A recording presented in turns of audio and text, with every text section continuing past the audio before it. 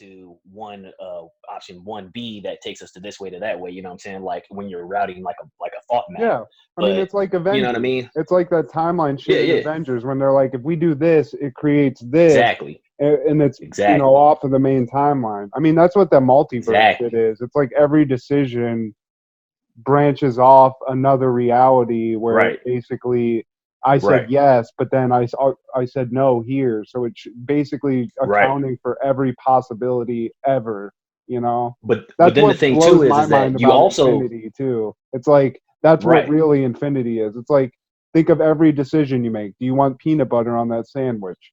Should I blink my eyes here? It's like you could literally infinitely go off of every little fucking decision. It's crazy.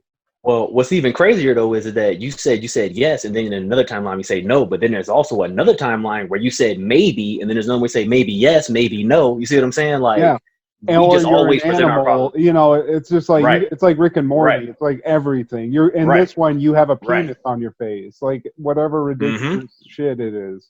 Right, exactly, bro. Like that's what I'm saying. So I don't know. I mean, see you started recording. That's why I get the simulation shit. Why people want to glom onto that? Like I don't. If damn, dude. Like I actually wanted to talk to you about that today. That's well, crazy. We're recording, so fuck the bullshit. We can do the intro whenever, and we can reformulate this, and we'll get into it, or we can. Cool.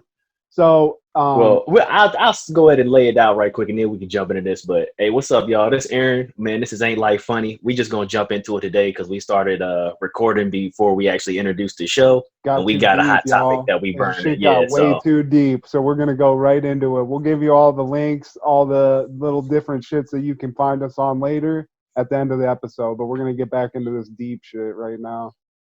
So back into what we were talking about, bro. Well, it's funny that you brought up simulation theory, dude, because like that's basically what the Matrix is about. You know what I'm saying? And like, I don't know if you've seen on Hulu, there's a new show that came out on FX. It's called Devs. And that's kind of what they talk about too. I don't want to like spoil the show if anybody wants to watch it or anything, but essentially like what they're saying is that at a certain, like what simulation theory is that at a certain point in the timeline of mankind, there would be a society that is able to create a reality that's so much like our own that it would be indistinguishable. Whoa. So you wouldn't know if you were living in the simulation or if you were outside the simulation controlling it. You know what I'm saying? Like that's basically what simulation theory is. And it's just funny because like we were talking about with the whole binary shit where it's like you can go this way, you can go that way. Like that's what that show Devs talks about, is that we live in a multi-tiered universe where you could do this, you could do that, you could shoot somebody, you could not, you could choke them out. You know what I'm saying? Like there's infinite options as to how to do something or not do something. And depending on what you do and how you do it, then affects all the other outcomes down the line. Yeah. And what they're trying to do it in that show is they're trying to say that if they can calculate everything accurately, then they could then predict what's going to happen next, because they think that the universe is deterministic, so that it's going to always reach a final outcome no matter what you do.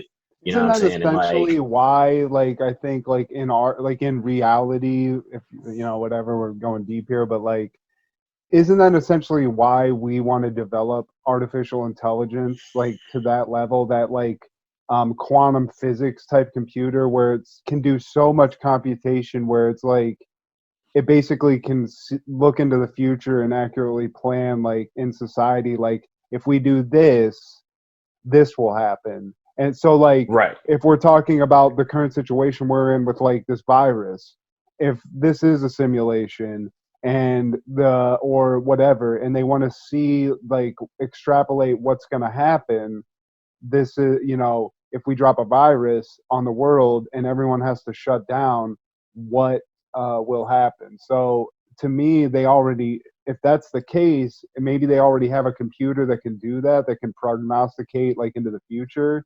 And they knew what was going to happen here. So, like, this isn't a bloodbath here, at least in the United States, right? It's just enough to get everyone to, like, slow down. Obviously, there's, like, I'm in LA. It's weirder here, but it's not, it doesn't feel like I'm jogging. You know, you can go on a drive. You don't feel oppressed, is what you're saying. It doesn't feel like anyone's like clamping down on you, you know, and it doesn't feel like death is imminent. Like, I feel like maybe in New York, it feels a little, everyone's on top of each other, and you're like kind of closer Right. together and dependent on subways and shit. So maybe it's obviously different there, and it's different for you in Right. Nashville. Right. You know what I'm saying? So Oh maybe yeah, for they sure. knew that, and somehow this is going so deep. Like I'm going off on another tangent, but like Well, I mean, to me, if they have artificial intelligence that can look into the future and just plan shit, like something like this, they probably were able to see that this was going to happen, that this is the reality. And if you want to be super evil about it, they're like, this is how we can start getting into not, it's martial law without calling it that. right. You know?